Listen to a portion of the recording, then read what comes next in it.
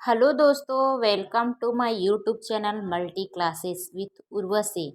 In this video, we are discussing about blueprint of DLED first year.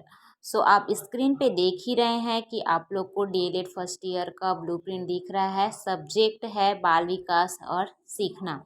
तो इसका blueprint आप देख रहे हैं किस प्रकार से है दोस्तों. तो इसमें अंकों का आवंटन किस प्रकार से हुआ है आप इस पीडीएफ में देख पा रहे हैं. ये है हमारा बाल विकास और सीखना का. तो यहाँ पे आप देख रहे हैं, यहाँ पे अंकों का आवंटन दिया गया है. इसमें आप लोग को ये पता चलता है कि 1 नंबर के कितने क्वेश्चन कहाँ से आ रहे हैं, 2 नंबर के क्वेश्चन कहाँ से आ रहे हैं, है ना. यहाँ पे आप लोग को दिख रहा है 1, 3, 5 और 6. तो यहाँ पे 1, 3, 5 और 6 नंबर के क्वेश्चन आने हैं. तो 1 नंबर के कितने क्वेश्चन हैं, जो कौन कौन से यूनिट से आ रहे हैं, वो सब आपको इसमें पता चलता है.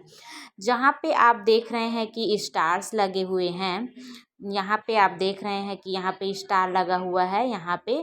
तो यहाँ पे ये जो है वो हमारा 5 नंबर 6 नंबर वाला क्वेश्चन होता है, जिसमें हमें अथवा मिलता है, यानी कि 2 क्वेश्चन रहेगा, दोनों में से किसी एक को बनाना रहेगा. तो इस प्रकार से हमारा प्रश्न पत्र रहता है. तो ये तो था हमारा फर्स्ट सब्जेक्ट का. हमारा सेकेंड सब्जेक्ट है ज्ञान पाठ्यचर्या व शिक्षण शास्त्र. तो इसमें आप देख रहे हैं कि जिसका जो ब्लूप्रिंट है वो कैसा है.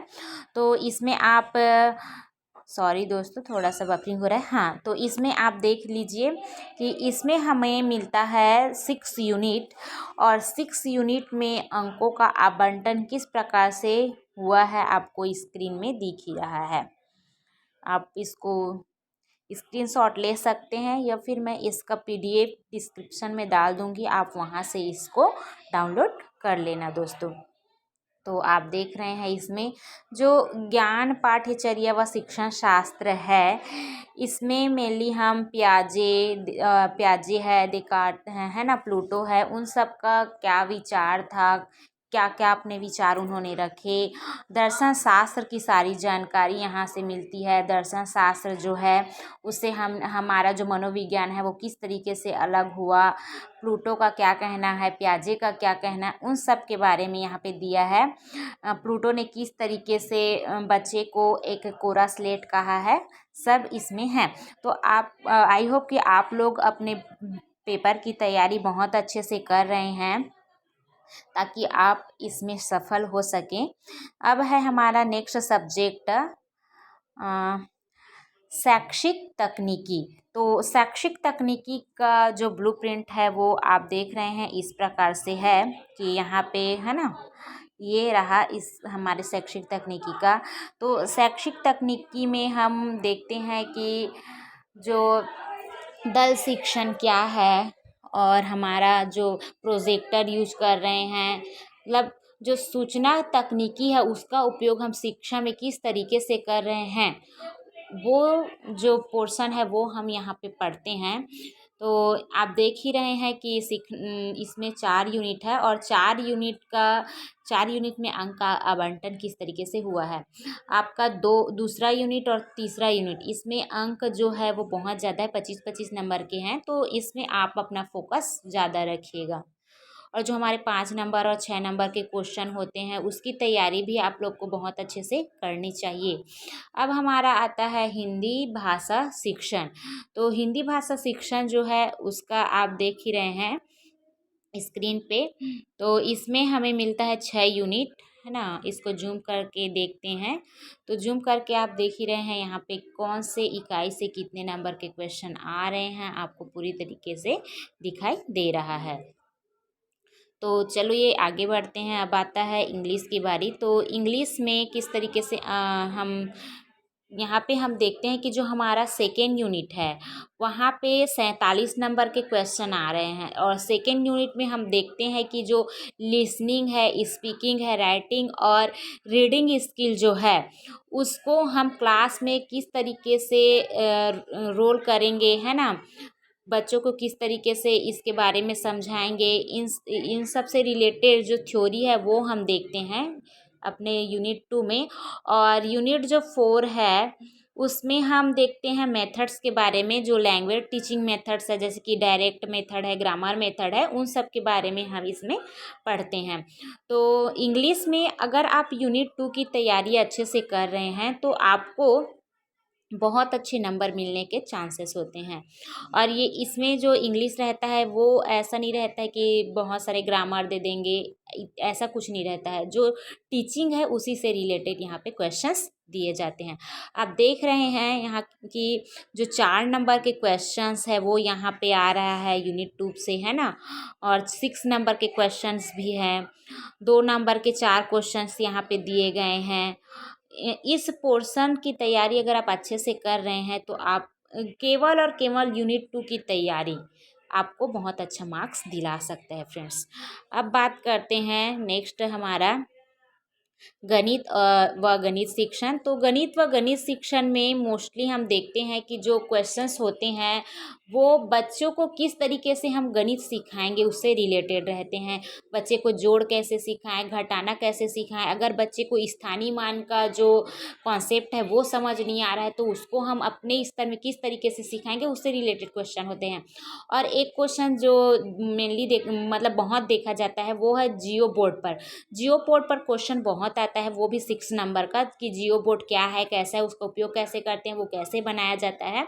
तो ये वाला जो क्वेश्चन है वो मैंने प्रीवियस ईयर में भी देखा हुआ है। तो आप प्रीवियस ईयर के क्वेश्चंस भी देख लीजिए। प्रीवियस ईयर के क्वेश्चन से आप आइडिया लीजिए कि किस तरीके से क्वेश्चन आएंगे। और ब्लूप्रिंट से हमें ये पता चलता है कि कौन से पार्ट से, कौन से इकाई से कितने नंबर के क्वेश्चंस आ रहे हैं कि और कौन से इकाई को हमें छोड़ना है।